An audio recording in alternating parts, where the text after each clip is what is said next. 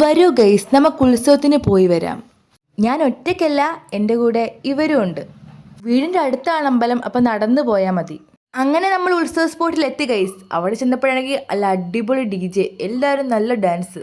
വന്നവരും നിന്നവരും പോയവരും ഒക്കെ ഡാൻസ്. വണ്ടിയിൽ നിന്ന് ഇറങ്ങി ഒരു ചേട്ടന്മാരെ ഡാൻസ് കളിക്കായിരുന്നു. എന്നാ വൈബായിരുന്നു അറിയാവോ. പക്ഷെ ഞങ്ങൾ മാത്രം കളിച്ചില്ല.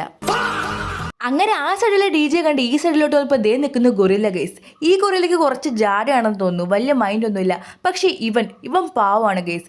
വീഡിയോ എടുക്കാൻ നിറപ്പോൾ കുറച്ച് പൊലിവൊക്കെ കൂടി പോസ്റ്റൊക്കെ ചെയ്യുന്നുണ്ടായിരുന്നു. കൊള്ളാം എന്തായാലും. പക്ഷെ ഞങ്ങൾക്കാണെങ്കിൽ ചെറിയൊരു പേടിയുണ്ട് ഗൈസ്. ഇവനാണെങ്കിൽ പെട്ടെന്ന് ഓടി വരും. അപ്പോൾ നമ്മൾ ചെറുതായിട്ടൊന്ന് പേടിക്കും. ഞങ്ങൾക്ക് എന്തോ ഇതിനെ കാണുമ്പോൾ വലിയ പേടിയാണ്. ഈ ശിവൻ്റെ ഫ്ലോട്ടാണ് ആ ടീമുകാരുടെ ഫ്ലോട്ട്. അപ്പോൾ എന്താ വെള്ളം വീഴുന്നുണ്ട്. വെള്ളം പേടിച്ച് എല്ലാവരും മാറി മാറി നിൽക്കുമായിരുന്നു. ആർക്കും നനയാനൊന്നും വയ്യ ഗൈസ്. എനിക്കും വയ്യ. പിന്നെ ഫോൺ നനയുമല്ലോ.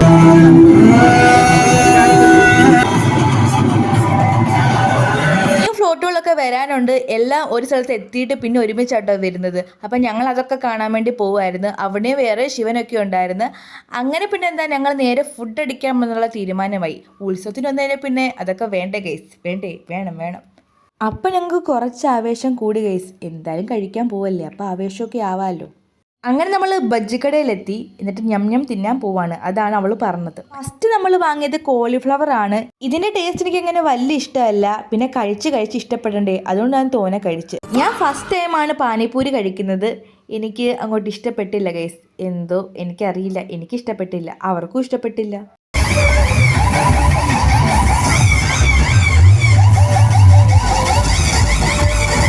അങ്ങനെ ദേ ഇവ വീണ്ടും എത്തി. പിന്നെ നമ്മൾ ഫ്ലോട്ടൊക്കെ കണ്ട് അങ്ങനെ നിൽക്കുമായിരുന്നു. നല്ല അടിപൊളി വൈബായിരുന്നു ഗൈസ്. നല്ല അടിപൊളി ഉത്സവമായിരുന്നു.